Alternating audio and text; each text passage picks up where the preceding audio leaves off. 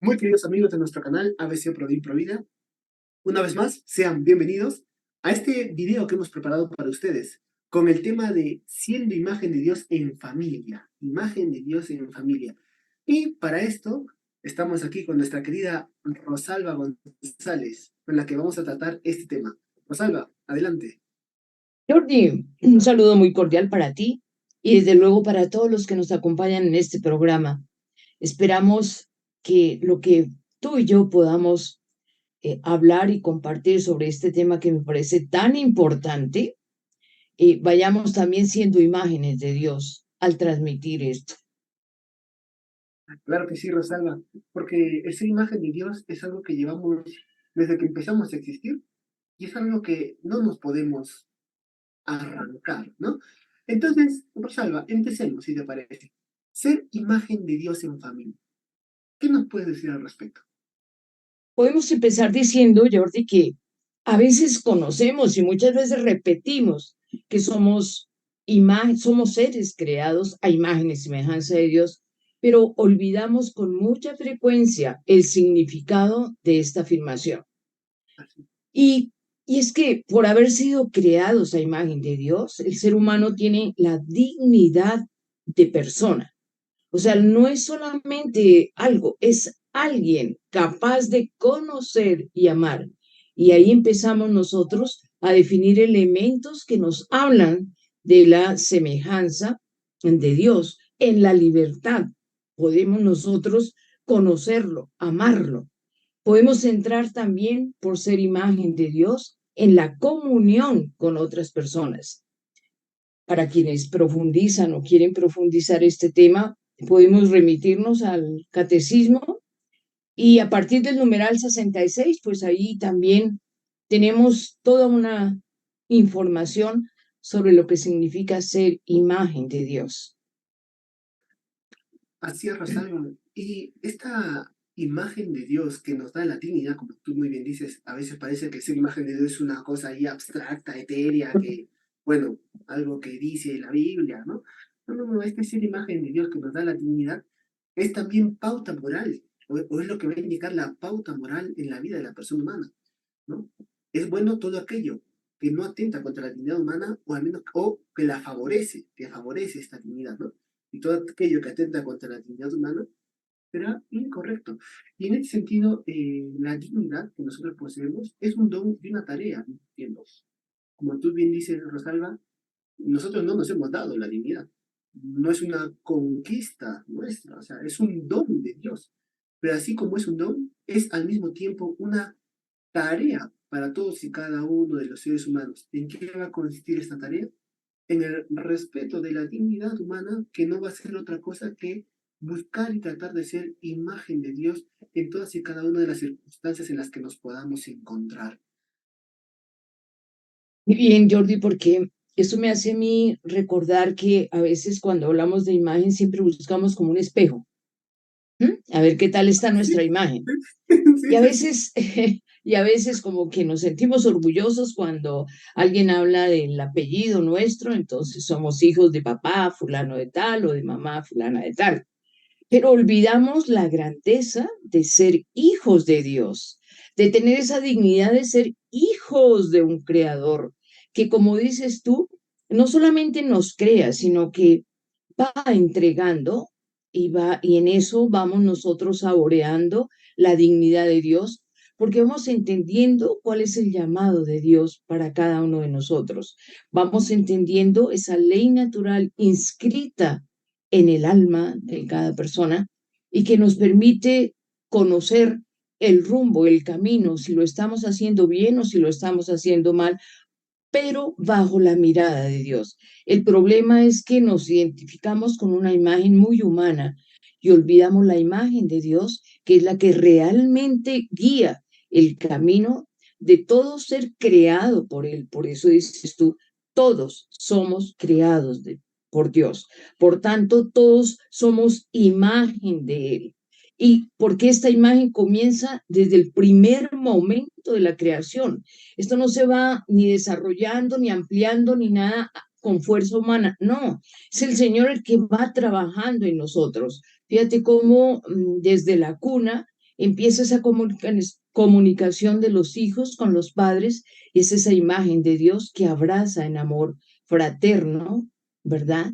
El hijo con el padre y con la madre, porque es semejanza de Dios. Y ahí vamos también entendiendo la imagen de Dios en familia. Desde la cuna es mejor, desde la concepción de ese hijo, la imagen de Dios está presente no solamente en el nuevo hijo, sino en aquellos padres que lo esperan con amor. Esa es imagen de Dios. Así es, Rosalba, has dicho varias cosas que me parece no solo interesantes, sino también bonitas, hay que admitirlo, ¿no? Porque es un tema que aunque pueda sonar abstracto, te toca el corazón, ¿no? Y de suyo se me viene a la mente, estoy recordando un sermón de un sacerdote, que bueno, yo tuve la oportunidad de leerlo, y decía que muchas veces no sabemos la grandeza y el orgullo que nos debería ocasionar el decir, oye, yo soy hijo de Dios, ¿no? Y este sacerdote ponía como ejemplo, ¿no? Cuando a veces se nombran o se presentan en ceremonias de gala, ¿no? La infanta tal, de tal sitio, hija de tal, ¿no? O qué sé yo, o el duque tal, hijo de tal otro que tiene no sé cuántos títulos nobiliarios, ¿bien? Y uno dice, wow, ¿no? O sea, y uno solamente es Jordi, o nada más, o sea, uno no es nada, ¿no? Y el sacerdote decía, no, dice, tú eres quien seas hijo de Dios, hecho a imagen y semejanza de Dios, que vales toda la sangre del mismo Dios, ¿no? Y uno como que se queda choqueado y dice, wow. A veces uno se pone a pensar el valor que uno tiene, no porque uno se lo haya otorgado, no porque a Dios literalmente le salió, como decimos aquí en Perú, se le dio la gana de dártelo. Pudo no habernoslo dado, pero quiso dárnoslo, ¿no? Entonces, es como que, estimados amigos, esta conciencia de la grandeza que tenemos es algo que nos tiene que acompañar todos los días. Y yo me atrevería a decir, Rosalba, que es incluso un gran, vamos a decir, un gran amigo desde el punto de vista psicológico, diría yo, porque te hace sentir bien, te hace sentirte amado, te hace sentirte como lo que realmente eres, importante, aunque quizás en el trabajo no seas tan importante, ¿no? Pero para Dios eres importante, ¿no? Eso por un lado, y también me llamó la atención que dijiste que la dignidad no es algo gradual, ¿no? No es que yo voy adquiriendo la dignidad de forma gradual. Estimados amigos, no la dignidad ontológica, que es de la que estamos hablando aquí, ¿no? Ahora, ¿qué es lo que pasa? Eso también me lleva a remarcar el hecho de que la dignidad es una tarea, porque ahora mismo me estoy acordando también de otro sacerdote que decía, qué, qué bueno sería ser una vaca, o un toro, o un buey, dice, estar tirado en el pasto, comiendo ahí con cuatro estómagos y no tienes nada que hacer por la vida, ¿no? Dice, sería una vida sin preocupaciones, ¿no? Pero no podemos hacer eso. Porque desde el momento en que tenemos una dignidad, tenemos una tarea que realizar, una grandeza a la que responder, ¿no? Y no podemos, vamos a decir así, renunciar. Bueno, a ver, por desgracia sí podemos renunciar. Por renunciar a esa misión, renunciar a esa tarea es renunciar a nuestra grandeza al mismo tiempo. Es como decir no a la tarea que viene implícita con ese don que es la dignidad, ¿no? No sé qué te parece a ti, Rosalba. Muy bien, Jordi. Eso me hace como remitirme a las primeras palabras de la Sagrada Escritura del Génesis, cuando Adán y Eva, que representan toda la humanidad, fueron creados en esa dignidad tan plena, tan cerca de Dios. Pero la desobediencia, que igual no solamente la ha tenido Adán y Eva, sino que si nos ponemos a pensar tú y yo, seguramente tenemos varios capítulos completos, y todos los que nos escuchan también pueden como cerrar los ojos, como lo ha hecho Jordi, y pensar en toda esa desobediencia que nosotros a través de tantos años pues hemos tenido. Entonces como que desfiguramos esa imagen de Dios, porque rompemos una relación con un Dios creador, y asimismo como que vamos nosotros viendo que nuestro proyecto de vida como que tambalea, y a veces orientamos nuestras acciones por el mal, por la mentira, por la envidia, por la calumnia, etcétera, etcétera, y no somos o no exploramos esa fuerza divina que nos permite retomar, ¿verdad? Ese camino recto que Dios nos presenta y coloca en nuestra mente todo un análisis profundo que se puede dar como ser humano para que ese encuentro de nuevo con Dios Padre, pues todos los días y en la medida en que nosotros vayamos fallando por una circunstancia o por otra, pues siempre encontramos esos brazos abiertos del Padre, ese Padre que lo que ha querido desde que nos concibió en el seno de nuestra madre, pues es justamente eso, Jordi, es esa capacidad de amar que se va desarrollando en nosotros, porque no hay cosa más dura y más difícil para un ser humano que no ser amado o no tener la posibilidad de amar. Y es justamente esa semejanza de Dios. Todos hemos sido creados por amor, y todos hemos sido también creados, como dices tú, con una tarea hermosa, una tarea divina, y es amar. Y es que ese sentimiento, si lo pudiéramos decir así, esa capacidad de amar, como que va reconstruyendo al ser humano, ¿verdad? Día a día, y lo planifica hasta llevar a ese encuentro con cuando el Señor nos llame, como que nos encontramos con ese Dios creador y pienso que el abrazo va a ser pleno en la medida en que, como decías tú, podamos seguir su palabra. Es que nos olvidamos, al olvidarnos de la imagen de Dios, pues como que lo hacemos a un lado, ¿no? Entonces, la luz del mundo y los criterios del mundo van determinando nuestras acciones. No, pero cuando tú realmente amas ese encuentro con la fuente del amor que es Dios, porque si amas, te encuentras con Él. Si no amas, te separas de Él, pero eres tú, no Él. Entonces, nunca se pierde la semejanza de Dios. Siempre seguiremos nosotros siendo semejanza de Dios. Lo que pasa es que no queremos, cortamos nosotros. Entonces, Así. pienso yo, Jordi, que una de las cosas que podemos preguntarnos es, ¿qué significa para nosotros ser imagen de Dios? Y tenemos que alzar nuestra mirada y en ese amor de Dios que siempre está pendiente de nosotros, mirar a Cristo, que es la Así. imagen de Dios para todos nosotros. Porque nosotros a veces decimos, ay, pero ¿cómo hacemos? Ay, Jordi, pero ¿cómo hago? En fin, nos inventamos una cantidad de cosas. No, No, sencillamente alza tu mirada y encuéntrate con los hijos, perdóname, con los ojos del Hijo de Dios, que Él te va hablando qué es lo que debes hacer para así. ser un buen padre de familia, para ser un buen hermano, porque hablamos de familia, pero la responsabilidad de esa capacidad de amar que Dios nos da, de esa semejanza de Dios que todos tenemos, no solamente del padre, ni es tampoco de la madre, es también como hijos, es también como hermanos. Muchas veces los padres se desvelan en esfuerzo por tener una familia excelente, pero vemos que los hermanos están peleando, que no se hablan, ¿verdad?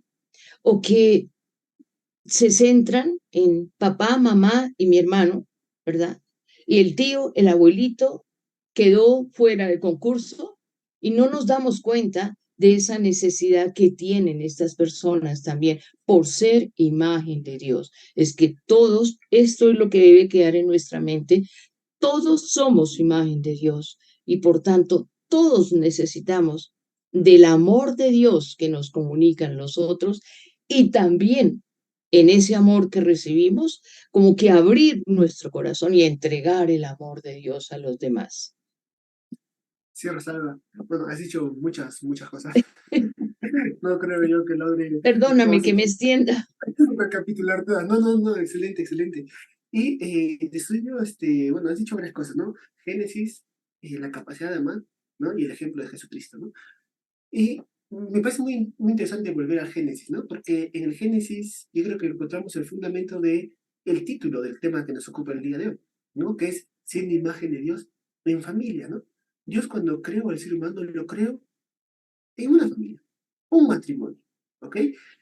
El concepto de familia no puede ir desligado, estimados amigos, dentro de una comprensión correcta y adecuada, no puede ir desligado de el término matrimonio, ¿ok? Esto es muy importante. Ahora, ¿qué es lo que pasa?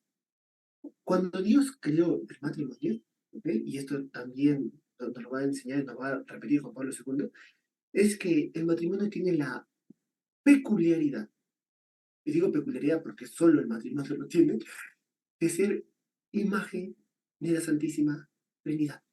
¿Ok?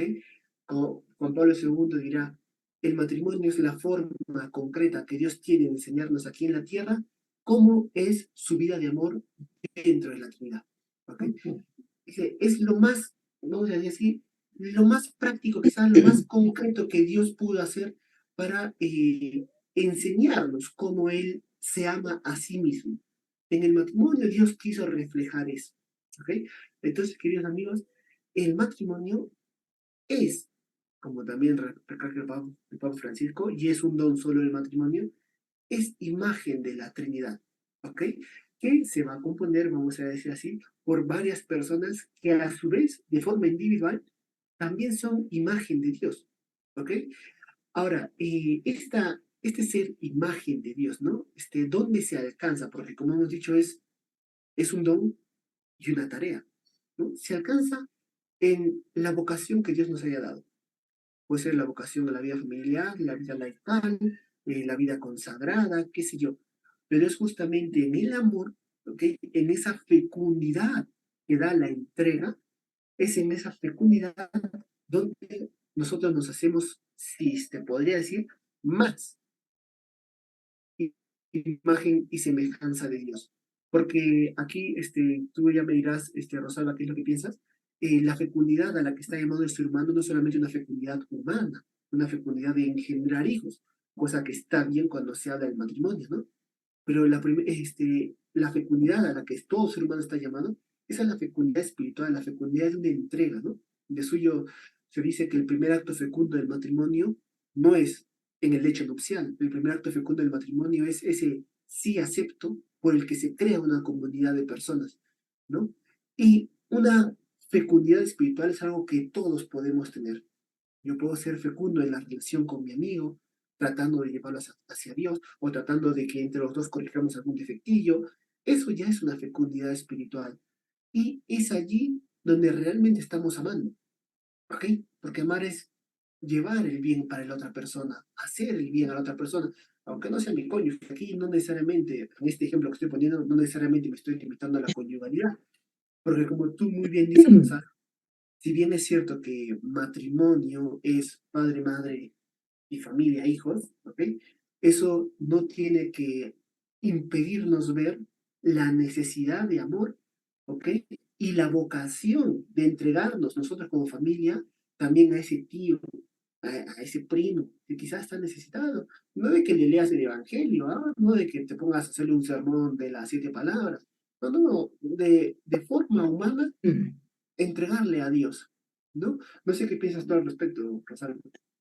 Muy bien, Jordi, es que definitivamente estamos sintonizados porque esa vocación para el amor se realiza de modo peculiar en la familia. Allí la diferencia del hombre y la mujer están reflejando, es decir, cada comportamiento peculiar del hombre y de la mujer en la familia están reflejando, están entregando la semejanza de Dios. A veces en nuestras sociedades actuales como que se ha perdido eso y queremos cambiar los papeles, ¿verdad? Pero la semejanza de Dios siempre identifica a ese ser creado por Dios. ¿Mm?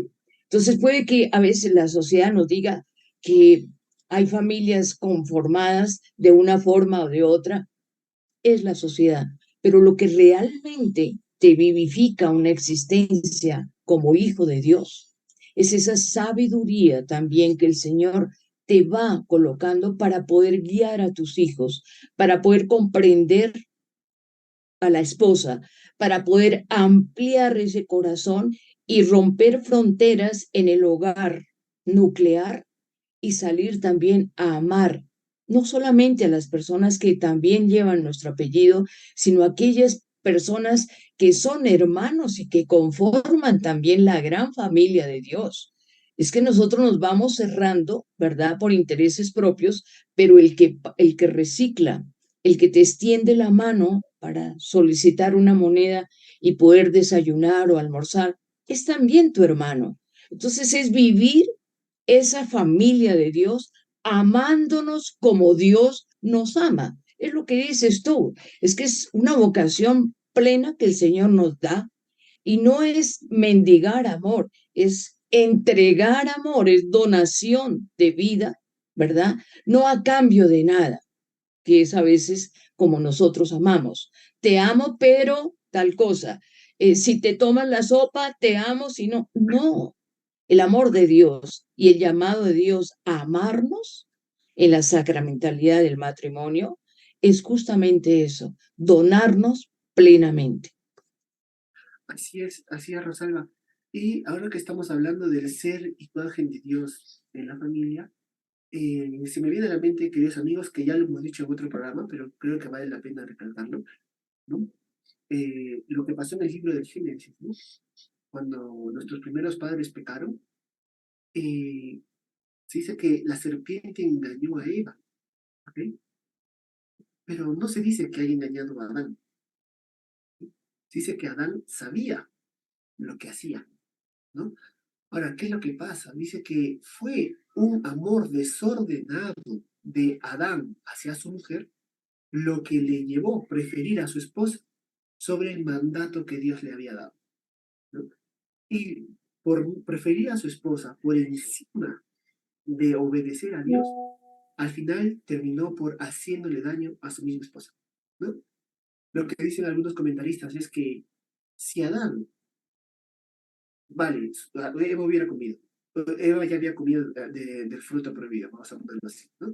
Pero si Adán se hubiera mantenido firme, hubiera quizás habido la posibilidad de que obtenga el perdón para Eva, ¿no? Pero dejó a Dios y prefirió un amor desordenado hacia su mujer, ¿no?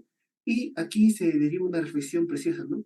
Que la mejor forma de amarse entre los cónyuges, la mejor forma que el varón tiene de amar a su esposa, no es amarla, y aquí es desde un enfoque teológico, no es amarla según los quereres de la esposa, o amar al esposo según los quereres del esposo, es amar al cónyuge según el querer de Dios, porque al final eso va a ser lo más beneficioso para mi mismo cónyuge, ¿ok? Entonces, es algo que evidentemente en esto que he dicho hay muchos matices, muchas índoles, ¿ok? Pero al final eso va a ser lo mejor. Y a veces, en la sociedad actual, no digo a veces, prácticamente casi siempre, es mal visto que el esposo o la esposa se mantengan firmes en el querer de Dios en contra del querer del cónyuge, ¿no? Porque es algo que no va bien, ¿no? Dice, no, pero es que eres un radical, eres una radical, ¿cómo así? ¿De dónde? No, dice, recuerden, la mejor forma de amar al cónyuge es según el querer de Dios, ¿no? Tarde o temprano, con la ayuda de Dios, tu cónyuge va a recapacitar, ¿ok? Tú no te muevas de la voluntad de Dios. Fíjate, y esto es algo muy complicado, ¿no? Entonces, es una reflexión por lo que se refiere al amor de los cónyuges, ¿no? Pero también por lo que se refiere al hijo, ¿no? Por lo que se refiere al hijo, los hijos están llamados a obedecer a los padres, ¿no?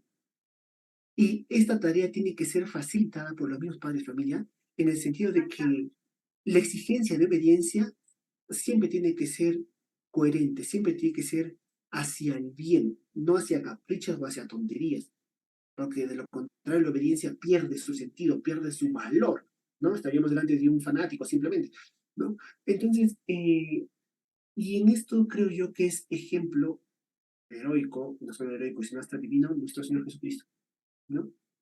Que obedeció a sus padres, como dicen los comentaristas, estuvo 33 años cortando madera, no, 30 años cortando madera. Podría haber salido a salvar al mundo, ¿no? No, estuvo 30 años cortando madera, ¿no? Y en 3 años hizo lo que su padre le había pedido, ¿no?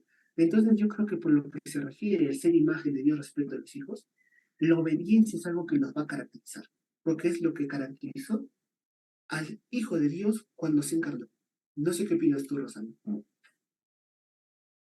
Es que eso que tú estás diciendo nos lleva a considerar también otra, otro don que el Señor nos ha regalado y que a veces lo utilizamos muy mal, y es la libertad. Ah, sí. Cuando tú hablas de obediencia, hablamos de libertad. Cuando tú hablas de prefirió una mujer a lo que el Señor quería para él, ahí estamos hablando de libertad.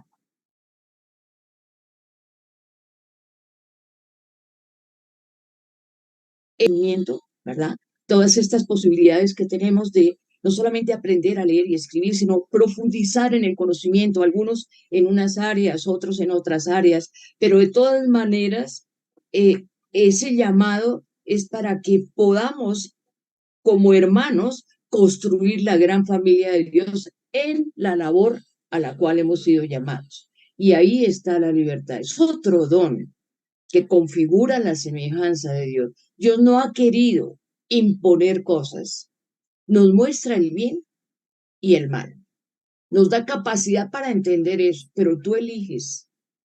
Y a veces pensamos que el Señor es el que nos manda o permitió que las cosas se dieran de una forma u otra. Siempre, siempre le echamos la culpa, porque fue lo primero que aprendimos a decir con Adán, es que la mujer que tú me diste, o sea, la culpa la tienes tú, Señor. ¿Ves? Entonces, reconocer realmente nuestros errores, la responsabilidad que tenemos ante el uso de nuestra libertad, es algo que nos centra y nos pone a caminar como Dios quiere que caminemos. ¿Mm? Dios, por el hecho de que pequemos, no estemos haciendo su voluntad, nunca retira de nosotros esa imagen, Así nunca. es. Y siempre espera que nosotros volvamos como hijos a reconstruir toda esa imagen que nosotros mismos hemos, por decir, perdóname la expresión, desconfigurado. Es un término que utilizamos hoy en día, pero que lo entendemos muy bien. Somos nosotros los que desconfiguramos la imagen de Dios. Así es. Y Rosalba, en esta, vamos a decir así, en este dúo que tú has hecho entre ser imagen de Dios junto a otro don, que es el hecho de ser libres, es algo que también tenemos que considerar cuando hablamos de ser imagen de Dios en familia. Porque muchas veces, quizás uno puede tener iluminada la razón, pero el corazón está medio, vamos a decir así, medio frío, quizás, ¿no? No, yo sé lo que está bien y lo que tú has hecho está mal, ¿ok? Para conocer el bien a veces no se necesita ni siquiera mucho estudio, ¿ah? O sea, es algo de ley moral natural, ¿no? Correcto. ¿Ok? Pero recordemos que, como decía Tomás de Aquino, no basta hacer el bien, hay que hacerlo bien. Me explico. Si mi cónyuge se equivoca, si mi hijo, si mi hija se equivoca, ¿ok? Y yo sé que se equivocaron, yo tengo que tener en cuenta lo que tú has dicho, Rosalba, que esa imagen de Dios no se retira, aunque esa persona se haya equivocado. Por lo tanto, yo en mi corrección estoy llamado a ser también, sobre todo cuando se habla de matrimonio, a ser amoroso, a ser comprensivo. Sí, incluso en esa corrección que quizás fue una estupidez enorme, yo no sé, o sea, lo que se haya podido realizar, una tontería grande del hijo, no lo sé, ¿ok? Gracias, fíjate, a que la dignidad y el ser imagen de Dios no se retira, eso es como, por así decir, un escudo que protege a la persona y que le exige a todo aquel que se relacione con esa persona respeto. Pero es un desgraciado, respeto. Por ejemplo, recordemos Caín y Abel. Caín fue un desgraciado. Y Dios le puso una marca para que todo aquel que mata a Caín muera 7 veces. Entonces, la imagen de Dios no se retira y esto es una enseñanza práctica que nos tiene que llevar a respetar y amar a nuestros miembros de la familia, incluso cuando se equivocan. Y Rosalba, creo que el tiempo se nos ha ido, bendito sea Dios. Nuevamente el tiempo nos va a cortar, bueno. Así es, la imagen de Dios no se va, pero el tiempo sí se va. Así que Así es, muchísimas así es. gracias. Gracias, Muchísimas Dios, de gracias, ti, Rosalba. gracias a todos los que nos escuchan y comparten con nosotros este tema. Gracias, Rosalba. Y queridos amigos, nosotros nos veremos, si Dios quiere, en una próxima ocasión. Hasta luego. Chao.